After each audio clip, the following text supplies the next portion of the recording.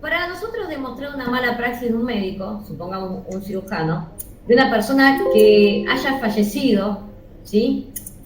O haya fallecido o quedó en coma o quedó con alguna discapacidad a raíz de esa operación quirúrgica, entonces vamos a analizar la conducta del médico.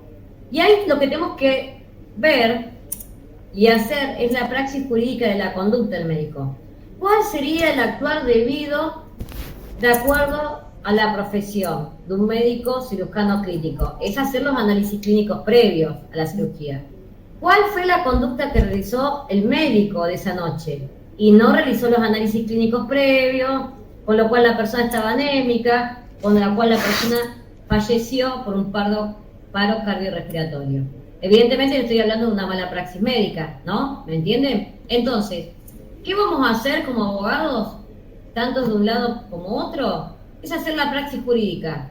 Vamos a comparar la conducta llevada a cabo con el médico, si obró de buena fe, de acuerdo a su arte, su profesión, ¿sí? Su sabiduría, con, ¿se entiende? La conducta realizada con la conducta debida, ¿sí? Entonces, ¿cuál es la conducta que realizó el médico? ¿Y cuál es la conducta debida que debería haber realizado conforme al protocolo? ¿Me entienden? Ahí tenemos una praxis jurídica que la tenemos que volcar a la demanda o la tenemos que volcar a la sentencia, evidentemente, con un análisis jurídico, ¿sí? Entonces acá, a raíz de esa praxis jurídica, nosotros vamos a demostrar la buena o mala fe del médico. Y muy bien, como dijo Carolina, como dijo Sandra, y como dijeron un par de compañeros que escribieron también, actuar con abuso del derecho también, ¿no? Que también puede ser una situación. Porque ese médico tal vez actuó con dolo, que hay una intención, ¿sí? De dañar, una intención maliciosa. Puede ser que haya actuado con culpa, actuó con una negligencia o imprudencia, es decir, que no tomó los recaudos necesarios al momento de operar, o actuó de manera precipitada o deliberada, ¿sí? O tal vez puede ser que esa persona no falleció en la operación quirúrgica. Fíjense cómo cambia en cada análisis de cómo le cambia una palabra al caso. Supongamos que esa persona que fue operada, los materiales quirúrgicos no fueron desinfectados, con lo cual la persona anterior estaba con una infección o estaba con una aportación de una enfermedad, ¿sí? Que te queda para toda la vida, ¿sí? Supongamos HIV, con lo cual le contagió, ¿sí? Entonces, ¿qué tengo que demostrar yo? La conducta debida con la conducta obrada por el médico. Y ahí, la primer praxis jurídica del principio de la responsabilidad civil, de obrar de buena fe, le demuestro al juez que no actuó de buena fe, ¿sí? ¿Me he comprendido? ¿Dudas con esto? ¿Algún caso que hayan tenido? ¿Está claro? Artículo 9 y después subsiguientes también que está en la parte de contratos. La buena fe se repite en cada uno de los capítulos, sea en la parte de reales, sea en la parte de contratos, en la parte de obligaciones, con un artículo que se refiere siempre a la buena fe, ¿sí? Entonces, ese primer principio lo utilizamos tanto en las demandas como en las sentencias. Después tenemos otro principio general que viene del derecho romano, ¿sí? Que es el nemine laedere, ¿sí? Este principio se refiere a que no se debe causar daño a nadie, ¿sí? Nadie debe lastimar, nadie debe causar un perjuicio o provocar un daño en otra persona, en su patrimonio o aquellos que lo rodean a esa persona, ¿sí? Principio general del derecho romano. Aquel que causa un daño, ¿sí? Debe reparar ese daño causado. Es decir, que acá también tenemos en 1716 el deber de reparar. Principio general es que no se debe causar un perjuicio a nadie o daño, ¿sí? Y aquel que causa un perjuicio debe reparar el daño, ¿sí? Ese es otro principio general. También utilizado en todas las demandas de daños y perjuicios. Recién le hablé de mala praxis, les puedo hablar de incumplimientos contractuales, ¿sí? Accidentes de tránsito. Es decir, este principio general viene del derecho romano y se aplica en la actualidad. Es uno de los principales principios del sistema de la responsabilidad civil. Después tenemos el principio de reserva, ¿sí? Está contenido en el artículo 19, 1770, 1771, referido a ello, artículos que se relacionan, en el cual prima el derecho a la intimidad. Nadie se puede entrometer en la vida ajena, ¿sí? Las acciones de los hombres quedan reservadas a Dios y exentas de los magistrados, artículo 19 de la Constitución Nacional también, ¿sí? Un principio, norma mayor, constitucionalmente consagrado, ¿sí? Y también el artículo del Código Civil y Comercial de la Nación, que se encuentra ubicado, ¿sí? Después tenemos agravación de la responsabilidad cuando hay dolo, ¿sí? Este es otro principio de la responsabilidad civil que nos quiere decir que al momento de ponderar la conducta, el juez, al incumplidor, aquella persona que cometió la falta, aquella persona que causó el daño, que causó perjuicio o perjuicios en la persona, en los derechos del otro, no va a ser la misma calificación de la conducta si esa persona actuó con culpa o actuó con dolo. ¿Por qué? Porque acá lo que va a graduar o ponderar el juez, que hay malicia, que hay intención de dañar. Y evidentemente, la calificación de la conducta, si es dolosa, evidentemente va a ser más cuantificada, ¿sí? Con una mayor cuantificación o con una mayor sanción, ¿sí? O condena, en este caso. La calificación de la conducta del incumplidor en el sistema de la responsabilidad civil va a ser mucho más grave si actuó con dolo, ¿sí? Igual hay que ver qué caso en particular es, ¿sí? Tengan en cuenta que si hablamos de un contrato de seguro, de automóvil, como hablamos de un contrato de seguro, de responsabilidad de los médicos, ¿sí? Que son los más frecuentes, los contratos de seguro solamente van a indemnizar o van a pagar el monto si se trata de culpa. Por dolo no paga la compañía de seguro, ¿sí? Es decir, si hay culpa médica, si hay una negligencia o hay una imprudencia, ¿sí? O impericia de parte de la persona incumplidora o que cometió el daño, si hay culpa, sí va a responder la compañía aseguradora. Ahora, si hay dolo, no va a responder económicamente, ¿sí? ¿Podemos iniciar una demanda por dolo? Sí, obviamente. Si el factor de atribución es dolo, evidentemente vamos para adelante. Pero recuerden que la compañía de seguros no va a pagar, ¿sí? Porque solamente paga cuando hay un factor de atribución, que en este caso es la culpa, ¿sí? Ahí levantó alguien la mano. Sí. Lady Joana, si puede prender la cámara. Perdón, no está. Fue sin querer. Ah, bueno. ¿Alguno quiere hacer una pregunta?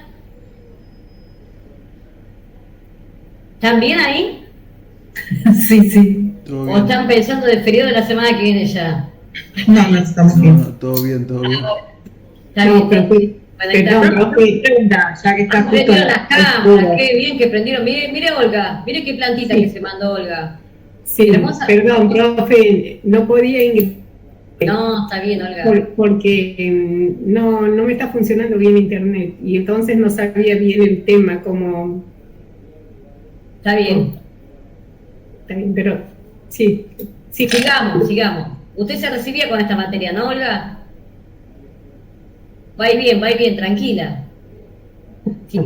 Aparte, va a venir a rendir presencial, así que su familia le tira huevos. No le voy a decir. No, huevo no. No le voy a decir. ¿Cómo le va a decir, Olga?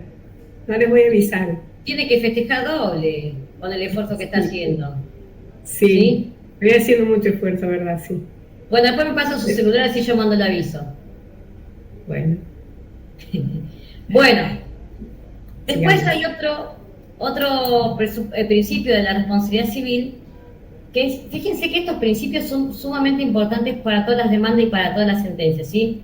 Es como si fuera el fundamento inicial, ¿sí? De cualquiera de los dos lados que nos encontremos, ¿sí?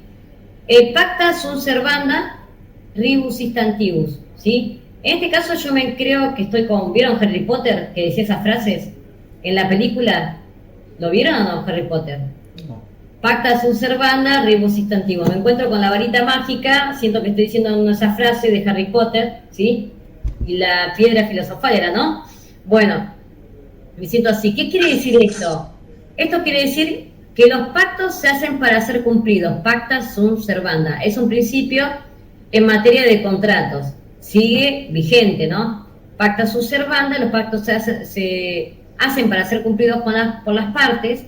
Rebus sistantibus, ¿qué quiere decir? Siempre y cuando las condiciones del momento en el cual se haya firmado el contrato al momento de ejecución no hayan cambiado, ¿sí? O no hayan variado de manera, ¿sí? Exorbitante.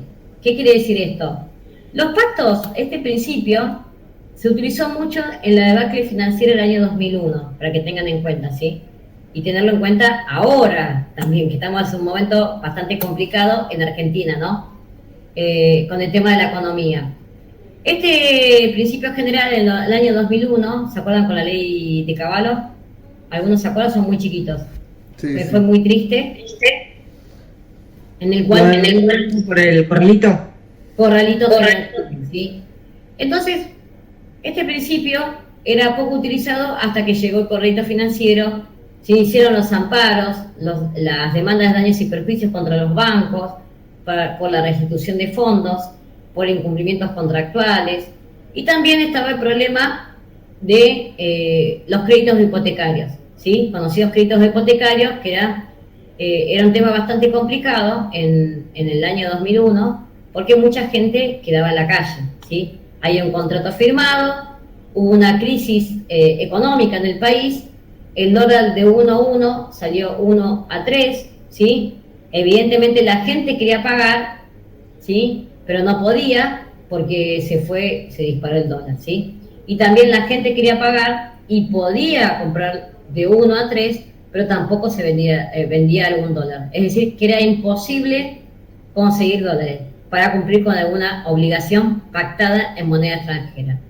Entonces, este principio general tiene en cuenta otros principios, que es la lesión subjetiva, ¿sí? Es el principio de buena fe, ¿sí? ¿Por qué? Porque yo firmo un contrato y ese contrato establezco una prestación. Esa prestación, una vez firmado ese contrato, debo cumplir con aquello pactado, ¿sí? Siempre es ese principio general. Ahora, ¿qué pasa si las condiciones variaron? Que es cuando sucede la lesión subjetiva. Es decir, ¿qué teníamos en la lesión subjetiva? Teníamos un sujeto experto, un sujeto que se aprovecha de un sujeto débil, ¿sí? Tenemos un sujeto que tiene poder, que es empresarial, frente a un sujeto consumidor o un sujeto débil, que es el simple ciudadano, ¿no? Que esto pasó con los bancos, ¿sí? Hasta que empezaron a dictar los fallos, habilitaron todos los fueros para recibir amparos. Imagínense los que están hoy presentes, que tienen sus pocos ahorros en dólares, los quieren retirar y no los pueden sacar del banco. La gente se ataba con cadenas, abogados, personas mayores fallecieron, que nunca más pudieron recuperar su dinero, ¿sí? Entonces, ¿qué nos dice la lesión subjetiva? Que tenemos dos sujetos. Un sujeto aprovechador, que se aproveche de manera económica, de manera exorbitante, ¿sí? De manera exorbitante, desmensurada, de un sujeto débil. Entonces, ahí hay que ver el tipo de lesión, ¿sí? Hay que ir por el tema de la culpa, ¿sí? Y esto, les puedo decir que el primer antecedente es el corralito financiero, que lo tuvieron en cuenta, hubo distintos casos que se contradecían por el tema de la competencia, hasta que un abogado en San Isidro planteó el tema de la decisión subjetiva, pacto en su servanda, rebus sustantivo, y nació la primera medida cautelar en donde se habilitó acá el esfuerzo compartido, ¿sí? Como había abuso del derecho, como había culpa, como había una situación de un experto que era el banco, que evidentemente se aprovechaba del sujeto débil que podía pagar, pero quería ejecutar la casa, ¿sí? Porque era un crédito hipotecario, acá se aplicó el esfuerzo compartido en Argentina, se tomó de referencia en varios países del mundo, incluso España y Estados Unidos. ¿Por qué? Se tomó en cuenta el caso Massa, se tomó en cuenta el tema de la equivalencia, ¿sí? Equivalencia en cuanto a que el esfuerzo compartido. Entonces, ¿qué se estableció en las primeras sentencias? Se tomó que le iba a aplicarse el esfuerzo compartido, es decir, que no iba a cargar con todo el sujeto deudor de ese crédito, es decir, la persona que había sacado un crédito, sino que debido a la debacle financiera, por un hecho del príncipe, un decreto de necesidad y urgencia, se iba a realizar el esfuerzo compartido, es decir, se aplicó 1,5 dólar y 1,5 dólar más un coeficiente de estabilización de referencia. ¿Qué sucedió con esto? El esfuerzo compartido se evitó que siga habiendo abuso del derecho, también se evitó la nulidad de varios contratos, ¿sí? Por ese abuso del derecho desmensurado, porque hicieron firmar a las personas con cláusulas abusivas, y mucha gente, les puedo asegurar, que quedaba en la calle. Mucha gente quedaba en la calle, y familias que habían sacado un crédito, y de un momento a otro, había silenciado. Y de un momento a otro no lo puede pagar. Y les digo la verdad que esto funciona en Argentina, ¿sí? Funcionó, fue muy afortunado y se aplicó este principio en materia contractual que ustedes seguramente lo vieron hace muchos años en contrato. Pacta sunt servanda rebus istantivo. Los contratos se hacen para ser cumplidos por las partes siempre y cuando las condiciones no hayan variado, ¿no? Del momento de firma de contrato al momento de cumplimiento, ¿sí? De manera desmensurada, ¿sí? Alguien me levantó la mano para preguntar. Sí, yo, profe. Yo tuve una situación similar, no sé si correspondía antes de la pandemia. Yo saqué un crédito, ¿le digo de cuánto? De 650.000 pesos. Y lo terminé de pagar el año pasado con más de 300.000 pesos de cada cuota. Pagué no el 100%. En ese caso se puede hacer un reclamo porque te obligaban a tomar ese crédito. Era el crédito, el crédito que era abusivo, que todos los meses te aumentaban con la inflación. La cosa es que, bueno, hasta el año pasado... UVA puede ser. El crédito UVA. Sí.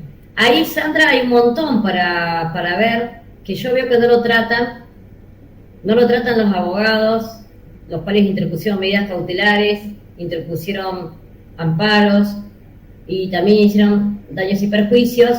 Ahí evidentemente está el pacta sunt servanda rebus instantibus, este principio, se corrompe la buena fe, ¿se entiende? Ahí también está el tema de la lesión subjetiva, buscar los antecedentes de corralito financiero de lesión subjetiva, y evidentemente hay un abuso del derecho, ¿sí?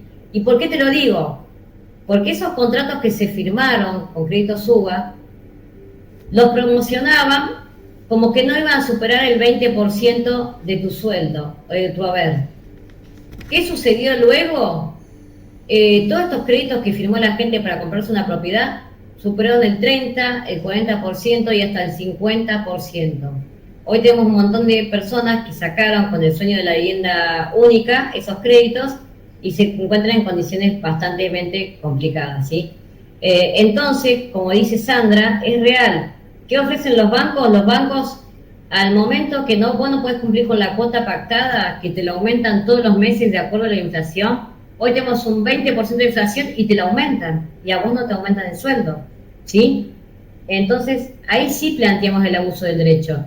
Y a su vez también podemos plantear la nulidad de la cláusula abusiva de ese contrato.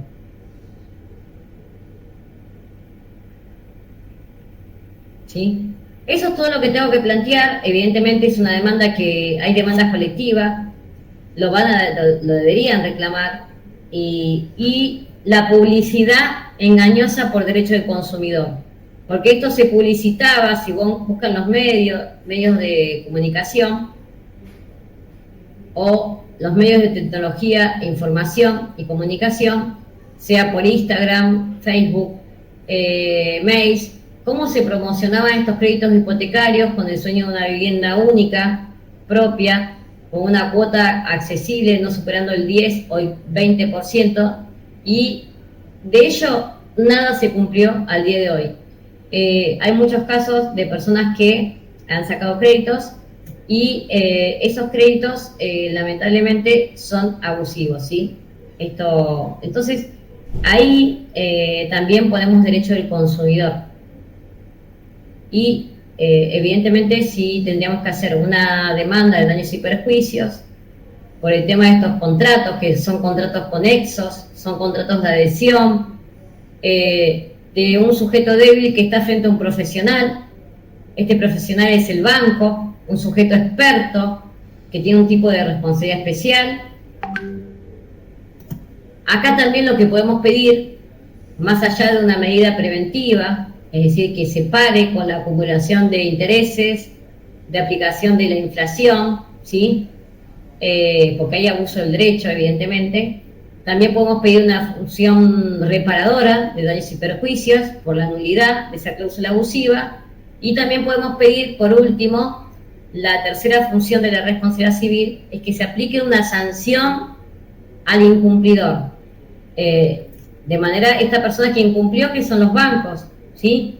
Porque decían una publicidad engañosa que hasta el día de hoy se ganan juicios con publicidad engañosa, no va a superar el 20% de tu sueldo, ¿sí? Y hoy superan mucho más, ¿sí? Imagínense vender su casa cuando es una familia tipo, tal vez eran 2 ambientes, lo vendieron y compraron un 3 ambientes, y hoy esa gente está sujeta a que ese crédito deje de aumentar, porque en cualquier momento no puede pagar la cuota, ¿sí? Un crédito hipotecario son 10 años o 20 años en Argentina, ¿sí?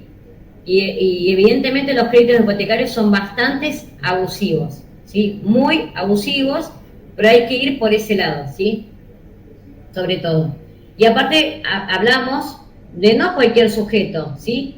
Porque todos los que están presentes van a ser abogados, ¿sí?